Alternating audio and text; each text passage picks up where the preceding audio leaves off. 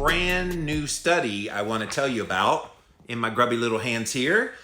And it actually came out in the journal, the American Journal of Clinical Nutrition, very highly prestigious journal. If you look at the big journals when it comes to getting published in a nutritional health journal, the Journal of the American Medical Association is the top one, and then the American Journal of Clinical Nutrition is right below JAMA. So this just came out last month, and the title of the paper, The Carbohydrate-Insulin Model, a Physiological Perspective on the Obesity Pandemic. And there are a bunch of authors on this paper. You will know a few of the names if you are familiar in the low-carb community. David Ludwig is the lead author, but you've got other people on here. Arne Astrup. I'm trying to see people you would know. Gary Taubes is also on this list. Ronald Krauss is on this list. Jeff Volek, Eric Westman, Walter Willett, Will Yancy, and Kara Eberling. These are all really familiar names in the world of low carb and ketogenic research, not vilifying fat types of research. So I wanted to go over this study that literally just came out so you can get all the details of what this was all about. So let's read the abstract. According to a commonly held view, the obesity pandemic is caused by the overconsumption of modern, highly palatable, energy-dense processed foods, which is exacerbated by a sedentary lifestyle. So in other words, the common notion of the reason why we are obese is we eat too many calories and we don't expend enough calories. However, obesity rates remain at historic highs despite a persistent focus on eating less and moving more, as guided by the energy balance model. This public health failure may arise from a fundamental limitation of this hypothesis. Look, we've never had the whole calories in, calories out, eat less, move more, ever studied in a research paper. It's just never been looked at. It's just assumed if you're going to get healthy, that's the way you do it. And so we haven't looked at that. We haven't looked at why, after all these years of telling people eat less, move more, why aren't we seeing obesity rates go down? Conceptualizing obesity as a disorder of energy balance restates a principle of physics without considering all the biological mechanisms that promote weight gain. And that's so true. It's not just about energy in, energy out. There are hormonal effects that are always forgotten whenever you're looking at obesity.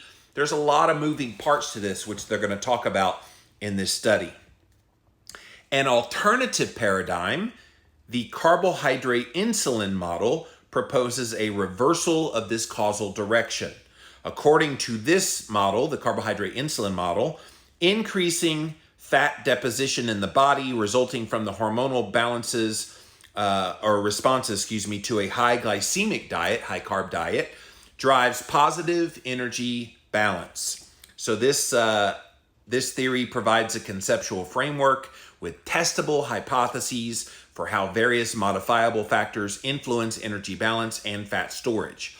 So rigorous research is needed to compare the validity of both the eat less, move more model and the carbohydrate insulin model, which have substantially different implications for obesity, and to generate new models that best encompass the evidence. So that's the abstract of this study. And they're so right. We need to have a side-by-side comparison of the carbohydrate insulin model, which is basically keto, low carb, eating that way to manage hormones, versus eating calories to a minimum, exerting calories, and trying to make this calorie balance, this so-called calorie deficit happen. That obviously has been what we've been under for decades now. And how's that working for us? I wouldn't say it's working very well. Introduction of the study.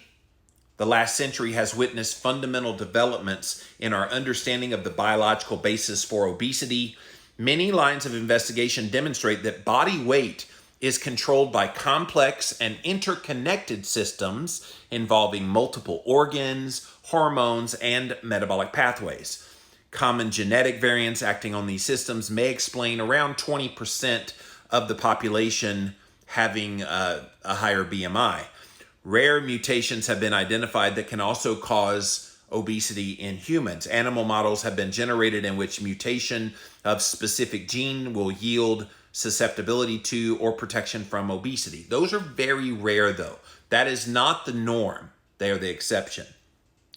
These genetic and molecular insights lay the foundation for many of the scientific models for obesity, and that explains why individual susceptibility to changing environmental conditions is out there. However, in view of the rapid worldwide increase in BMI, despite relatively stable genetic susceptibility, scientific explanations for this pandemic must consider environmental factors. So that's what they're laying out the basis for this paper today, is they want to make sure people realize it's not just calories in, calories out. During the last century, two models addressing environmental causes of obesity have emerged. In the dominant energy balance model, energy-dense, tasty, modern processed foods are the things that are driving a positive energy balance through increased intake, and thereby resulting in fat deposition. In the carbohydrate-insulin model, a crucial effect of diet is metabolic by influencing substrate partitioning. Rapidly digestible carbohydrates acting through insulin, one of the master hormone, and other hormones in the body causes an increased fat deposition and thereby drives a positive energy balance. In this review, in this paper that I'm reading from, they provide the most comprehensive formulation of the calorie hypothesis along with the carbohydrate insulin hypothesis, arguing that the carbohydrate insulin is a better reflection of the knowledge of biology of body weight than using energy balance, specifically recommending testable hypotheses to help resolve the controversy and call for a constructive discourse amongst scientific camps on this question of critical public health importance. I can tell you, I have been in this game for 17 years. I've been promoting low-carb diets. I've been going to different conferences where the research is out there. And I can tell you, there is no, in the mainstream, there is no having this debate over the calorie hypothesis versus carbohydrate insulin. They don't want the debate. Why? Because they know if it comes down to hormonal impact, they lose. They lose badly. And it's not even close. And yes, you can lose weight cutting calories and exercising more and eating less. You can lose weight that way. But they never bring in the sustainability, the ability to have your satiety taken care of so you don't feel so hungry between meals. This is where the carbohydrate insulin hypothesis comes into play. I think carbohydrate insulin hypothesis, yes, it works because of the hormonal balance that happens, lowering of the insulin and managing the hormones better. But some of it is just a spontaneousness in the body feeling great, being well nourished, being satisfied with what you're eating, allowing you to go long periods of time between meals. That's where some of the benefits of this come into play. But they never want to talk about that. Okay, so let's get into more of the paper. And if you just joined us, I got a brand new paper published in the American Journal of Clinical Nutrition. It's called The Carbohydrate-Insulin Model, a Physiological Perspective on the Obesity Pandemic. It's got all the who's who in the world of ketogenic research. David Ludwig, Eric Westman, Jeff Volek, Gary Taubes, Will Yancy, Ron Krauss, on and on and on. All right, let's get back to the paper. Obesity conceptualized as an energy balance disorder. This is what is out there. Obesity is commonly considered a disorder of energy balance, calories, surrounded by highly palatable, heavily marketed processed foods. Many people consume more energy than they burn, an imbalance exacerbated by having a sedentary lifestyle, with the surplus deposited into body fat. According to this view, the foundation of obesity management is control of energy balance by decreasing the intake, eat less, and increasing expenditure, move more. For example, the USDA Dietary Guidelines for Americans 2020 to 2025 just came out last year. They state to achieve weight loss, an energy deficit is required. An influential textbook also concluded all diets that result in weight loss only do so on one basis and one basis only: They reduce their total calories. Importantly, this energy balance model considers all calories exactly the same. They're metabolically alike for practical purposes. Thus, specific foods or diets may produce variable amounts of weight gain or loss, but virtually only because of the energy intake related to hunger, satiety, satiation, hedonic effects. That's when your brain gets excitable, that's hedonic effect. Think about eating a Dorito and how, and you need to eat more. That's a hedonic effect. Or passive overconsumption, so the mindless calories, where you're just eating and eating and eating. You're not even paying attention to what you're eating. That's the passive overconsumption. Dietary treatment focuses on behavioral strategies to help people reduce energy intake, especially of the energy-dense, tasty processed foods thought to drive a positive energy balance and to manage adverse effects. So this is amazing, guys. They do look at all calories as being equal. So the calories from a ribeye steak and vegetables, and the calories from a ding-dong Doritos, Coca-Cola, they're the exact same thing in the calorie model, in the energy balance model. And that's never made sense to me. And it's a very easy thing to test. If you want to know, okay, is it a calorie thing? Put people on, for a period of time, 1,500 calories of ribeye steak, broccoli, cauliflower. Let them eat that. And then have another group eat also 1,500 calories, but of Ding Dongs, Doritos, Coca-Cola. So if it's a calorie thing and it's nothing else other than calories, wouldn't they both have the same effect?